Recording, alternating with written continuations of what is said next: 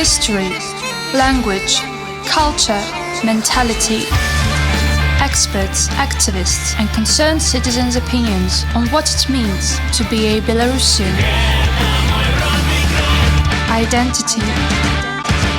Welcome back. Arsienij is at the mic for you. We are returning to the Institute of Philosophy. Today they're working on an interesting interdisciplinary project, Ethnophilosophy. Its aim is to decipher the common cultural attitudes that existed in the oral culture of Belarusians, the Belarusian collective unconscious. In the future, ethnophilosophy may develop into a project of national philosophy. Siarhiej Sańko, head of the Department of Philosophy of Culture of the Center for Historical, Philosophical, and Comparative Studies of the Institute of Philosophy, is our guest today.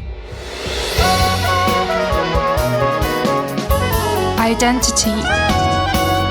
Сергей Иванович, расскажите, в чем цель? What is the goal of the Ethnophilosophy project? The project Belarusian Ethnophilosophy in the System of National Culture is a result of another project. Since 2005, we have been working on the history of philosophical civil-political thought of Belarus. 6 volumes are scheduled, 4 of them are published, and we're working on the 5th. While researching, we came to the conclusion that the study of intellectual culture cannot be limited only to the period when written sources came to be. Ethnicity developed for a much longer period, and people always wondered about how the universe is arranged, why something happens this way and not otherwise, and on what grounds to arrange social life. This was reflected on the one hand in the folk tradition, which is quite conservative, although it is also open to innovation. On the other hand, this layer of oral culture did not disappear without a trace. It only seems that the spread of Christianity in the written culture somehow influenced it radically. In fact, there was an interaction of local cultures with the book one. Apparently, this explains the diversity of currents within Christianity, depending on the country in which it spread. Such an interaction of cultures always happens. So, in order to be able to trace the influence of the silent culture of the people on high elite culture, it must itself be investigated. As historians of philosophy, we are primarily interested in the worldview, cognitive, value dimensions of the traditional culture of Belarus. This is important for the future design of national philosophy. At first, I was researching this topic on my own. Then, it aroused interest at the Academy of Sciences. I was asked to submit an application for the project. It went through all the examinations and was approved. We have already worked on the project for a year. Within its framework, we're trying to comprehend those dimensions of traditional Belarusian culture that I mentioned. Результатом работы проекта. What will be the project results? Articles in the science journals and a general collective monograph. Its working title is Belarusian Ethnophilosophy. It all depends on how much we can do by the end of 2020. So far, attention has been paid to the most basic concepts: peace, truth, freedom, will, good, evil, and so on. Как бы вы определили социальный контекст? How would you define the social context of the project? Why now? Is there a social need for this project? Социальный заказ есть.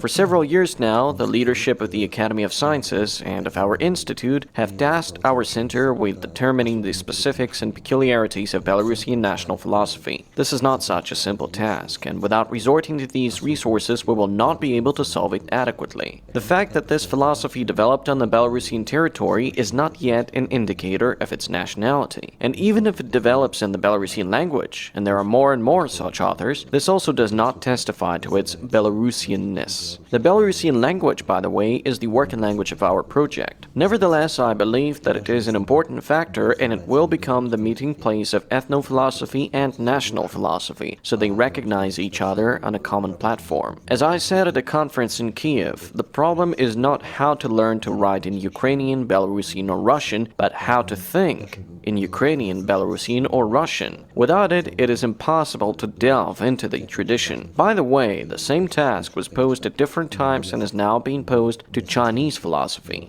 Some of their authors write that the national language is a minimal but still insufficient condition for the emergence of national philosophy. A sufficient condition would be following the traditions. And this should not be any one tradition. Variance is possible. Diversity in culture is the guarantee of its development. Locking on one thing leads to stagnation and degradation. Culture must strike a balance between openness and conservatism. То есть развитие проекта можно видеть. So the project may be developed into the study of national philosophy down the road? Разработки определенных тем. Not only studies, but also the development of certain topics with an eye on national specifics. This is a new vision that we would like to discover for ourselves and offer to our colleagues. Returning to the question of the social context, there is a demand for this kind of research not only in the scientific community, but also in general public. This is evidenced by the Encyclopedia on Metallurgy of Belarus. It is written in a fairly professional language, but with a popularization bias. Over 10,000 copies came out, which is a lot for the Belarusian language. By the way, our 4 volumes of Belarusian philosophical thought amount to a circulation of more than 2,000 copies in the Belarusian language, which is also unusual. So there is demand since people buy, read, and refer to it. Если как-то соотнести этнофилософию... If you compare ethnophilosophy and national philosophy, then along which line would they be divided? Conscious, unconscious, active, passive, or something else? Национальная философия как профессиональная. National philosophy as a professional field of activity is primarily distinguished by reflectivity. This is a constant reflection on why I think so and not otherwise,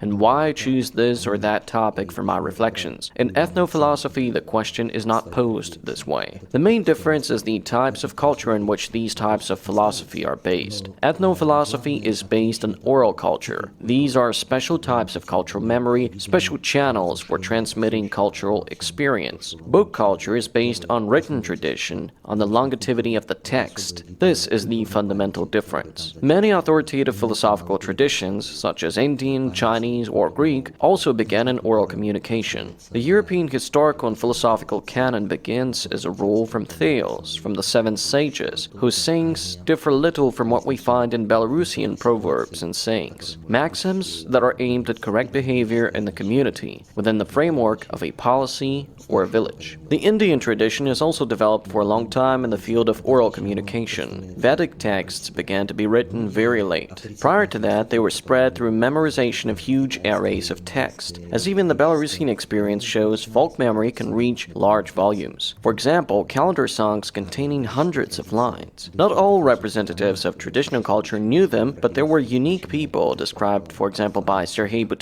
who could spend hours telling tales, legends, and traditions. They often improvised, combining plot details and creating unique pieces. Written culture brought authorship. In ethnophilosophy, the mention of storytellers is a rare case, although the written culture itself did not immediately become an author one. In the Middle Ages, monks often left their commentaries when copying texts. Today, in the cyberpunk genre, works are written by several people. They're constantly being changed and supplemented. Therefore, authors are not so easy to find. Moreover, many authors are hiding behind nicknames. Such is a retro-stylization based on digital information technology. Двумя последними вопросами обращусь к общей теме нашей передачи, к идентичности. With the last 2 questions, I would like to highlight our theme, identity. Do you think philosophy is important for national identity, knowledge of philosophy, or practice of it? Философы, которые пытаются работать в национальном ключе. It is certainly important, if only because philosophers who try to work in a national theme, they express something in common for the whole people. But often, for identity, simply knowing that such a philosophy exists is enough. I don't think that many Germans read Hegel or Heidegger or Nietzsche, but they all know that they are Germans, that their philosophy is fundamentally different from the philosophy of, let's say, Descartes, Deleuze, Foucault, and so on.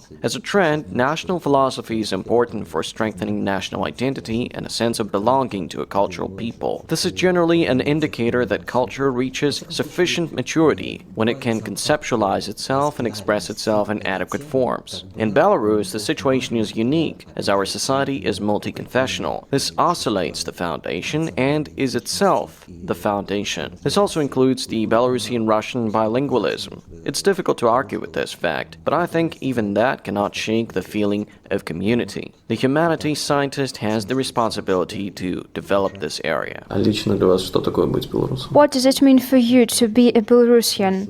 Это чувствовать связь со своей родной землей. The question is very complicated. First of all, it is to feel connected with your native land. For many, the basis of identity is the fact of the presence of native graves. That is why the cult of ancestors and the celebration of Radonitsy and Dzadi in Belarus retain many conservative features without changing for centuries. This is a fact of spiritual connection between generations and the fact of common space. That is most important. Большое спасибо за беседу. Да, конечно. Identity. Today we talked with Siarhiej Sańko about the Ethnophilosophy project. You can listen to the program at any time on the YouTube channel Cultural Panorama of Radio Belarus in the Identity playlist. Arsienij and Janina Vaitsenkova were with you. Same time next week.